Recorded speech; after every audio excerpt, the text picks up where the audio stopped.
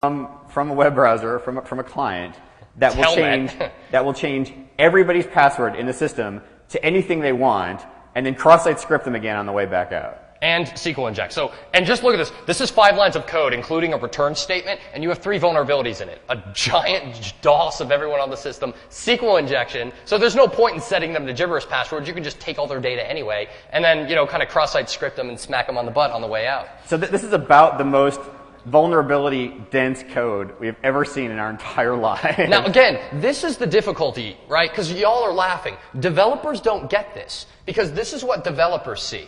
Developers, on the left, that's your traditional app. You basically, again, it's that whole batch processing point of view. I'm going to give you some data, you're going to process it. It's going to contact inside that box, database tiers, different types of servers, everything. We actually have no idea what it calls. And you know what? This was probably an app that used to be a traditional app and got converted. Right, and when it was probably, I'm not going to say secure, but a whole lot more secure than it is here. Go back to that for a second. So presumably this was executed as part of a multi-stage process, and the first stage would be to authenticate the user, make sure he really is that cust ID, make sure that he really does know the old password that matches up, make sure he's doing some whitelist input validation on these cust IDs and new passwords, make sure that there's no cross-site scripting on the way back out. So if this was executed as part of step 4 of a 10-step process, it was probably okay. But then when they said, hey, let's just slap some AJAX on this app, and throw this up to the client, it became monstrously more insecure. Exactly. What a lot of people, there are actually companies that sell products where they say, we'll Ajaxify your app in 15 minutes. Personally, I'm kind of a little uncomfortable with the phrase Ajaxify. Yeah, we like Ajax. Sounds like something you pay about $30 for at a spa. But, you've got all these things that are basically getting pushed to the perimeter. And you have these web services you can contact directly from JavaScript, in addition to all these, like we're talking race conditions, things like that. Actually, do you want to talk about race conditions? Yeah, I think we've got a little extra time. So we talked about the problems with asynchronicity. So the asynchronous is the first A in AJAX. And we talked about a deadlock or denial of service. But a race condition is another really serious possibility.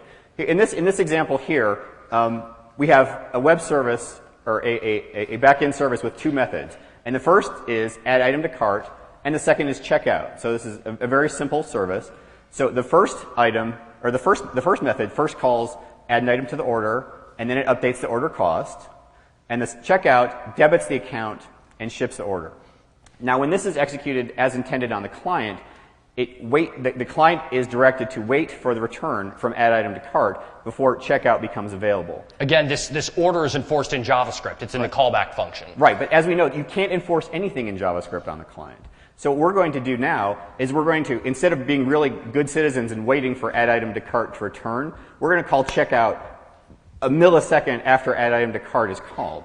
So what happens is all the back-end functions mesh together. Instead of being called in the order 1, 2, 3, 4, you can actually get it to order 1, 3, 2, 4, which means first we add an item to the order, then we debit the account, then we update the cost, and then we ship the order. So basically anything you added in that last add item to cart, you got for free. And these, quite frankly, are extremely hard to detect. As anybody who's ever tried to debug a deadlock or a race condition in a multi-threaded app, it's hell. It's really difficult. And it's also, developers, again, they're QA testers, right? They're not pen testers. QA people, maybe they're throwing a single tick into, a text box and clicking submit. But they're not actually digging into JavaScript code and realizing, let me start calling these things out of order. Let me start manipulating and changing how this app is supposed to work. Yeah, that's a really excellent comment on how unbelievably difficult AJAX applications are to test.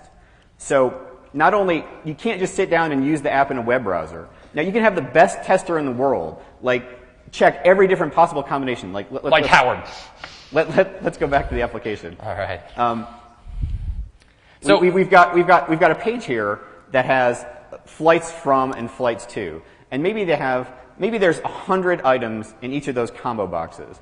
And maybe we say, we're going to check every single one of these to make sure they all work. So every possible combination of the 2 cities. You could do that by hand and it would take you hours, or maybe you set up a script to do it for you, and you say, okay, I have exhausted the possibilities of this application. I've tested everything. I've tested every possible input. Well, no, you haven't. You haven't even begun to test every possible input. All you've done is test what you can do through the browser. There's an infinity of possibilities you can send. You can send anything you want. Which reminds us of another comment we actually got while in the field, where, I kid you not, an HTML developer, well, I don't even want to say that, that's kind of an oxymoron. A developer was telling us, what do you mean? It's a drop-down box. They can't put anything else they want in there. And I'm like, are you kidding me? Of course I can. And so I showed them, everybody here use Web Developer Toolbar for Firefox. It's got all sorts of things like, make text boxes or make drop-downs into text boxes, change form methods from post to get. It's fantastic for doing things you should not do. So like Brian started to say... Let's continue on that then. We've only talked really about, it's not that we've been using the application as it's been intended, right? But we've been manipulating data inside the context of the app, right? We changed some constants. We put a breakpoint in and changed a value of a variable, the offer amount, while the app was still processing on it. We've done some race conditions. But what about this increased attack surface, right? What happens if we start doing SQL injection attacks or cross-site scripting attacks against these endpoints? Yeah, and here's another really good observation in that a lot of the stuff we're talking about Ajax is kind of new, maybe. Well, a race condition or a deadlock isn't new, but we're talking about it in new ways. But let's try some of the old school stuff. Like SQL injection is an oldie but a goodie, and it's going to work just as well or better in Ajax than it does in a traditional web application. Because there's a lot more places I can SQL inject. So now, a lot of people will say that the added attack surface from Ajax does not come from the architecture of Ajax, but rather the added functionality. Those people are trying to sell you consulting services. We're only trying to sell you a product. So we screw you once, they screw you repeatedly.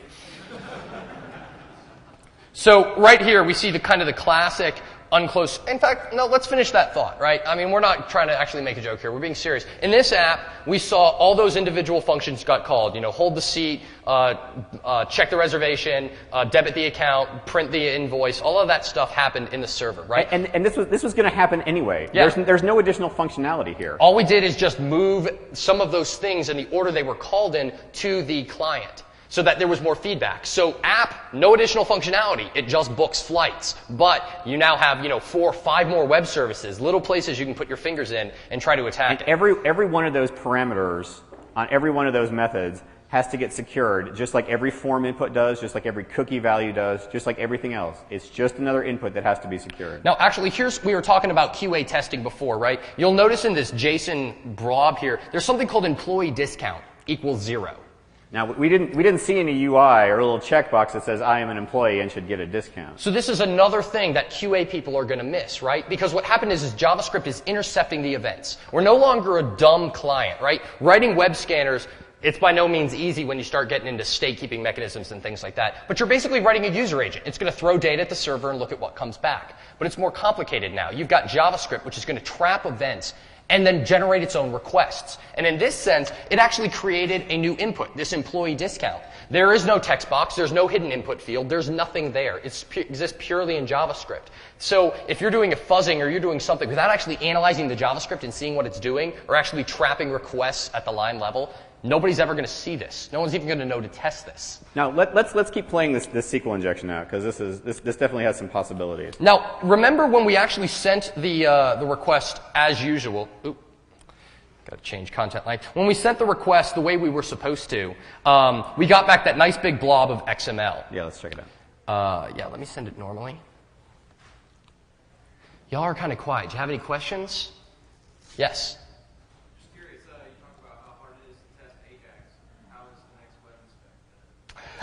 We'll get to that afterwards. Brilliant minds are working on it. No, we can talk to you about that. So we get back this nice big XML blob. So we've got flight IDs and origin cities, death cities, pretty much everything we need.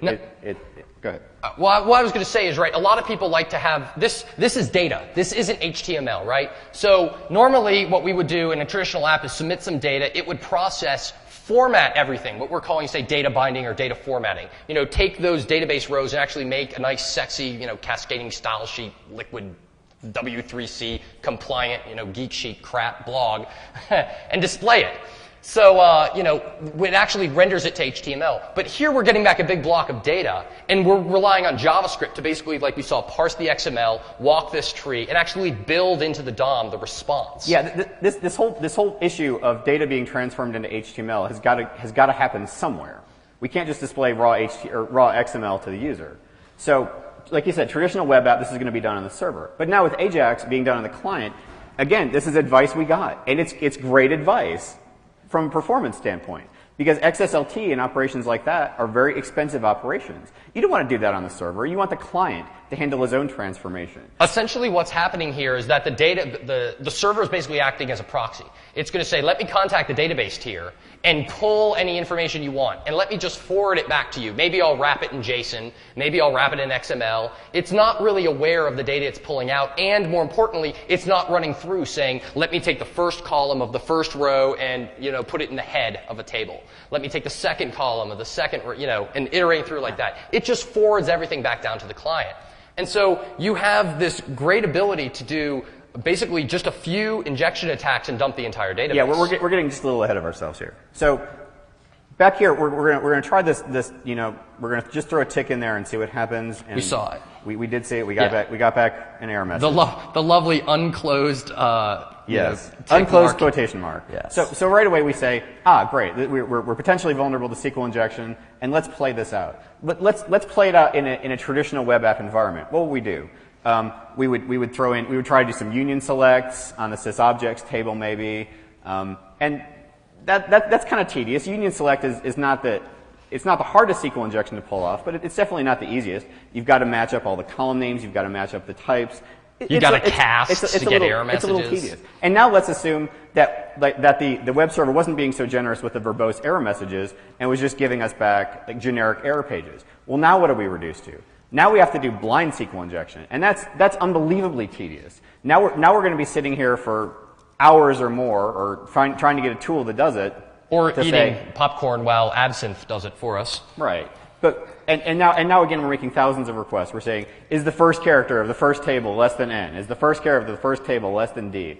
And there's a huge chance you're going to get caught at this. If you're making 20,000 requests to get information out of a database, you're going to get picked up by the IDS. Exactly. So what we're going to do here is just piggyback a query on top. You know what? We'll just see what happens. So let me change the content length. Let's go ahead and fire off a send. So since we saw that we were getting back raw XML from the server and not HTML, we get this assumption, we get this idea that maybe the data binding or the transformation is being done on the client. And if that's the case, then there's an excellent possibility that the query we're sending is just being passed through to a backend database or XML document, whatever, and the results sent back plainly uninspected back to the client. And here we see it's the case. We see right here that we had flights, users, and trips right here are appended. We see this is all these are all rows from the first table, just table without a number. And, you know, flight numbered, origin, you know, carrier, all that. And then suddenly here's the results of the second query that we piggybacked. Select flights, select users, select trips.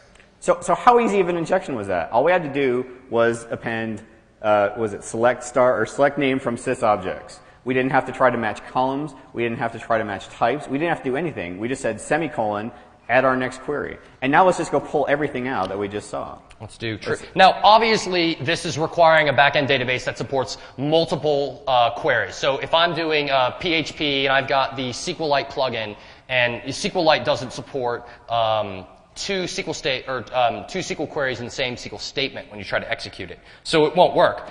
But I mean, obviously, they didn't really make an attempt to hide that they were using ASP.NET and IIS. Yeah, here. Yeah, and one of the databases that is vulnerable is SQL Server. So I think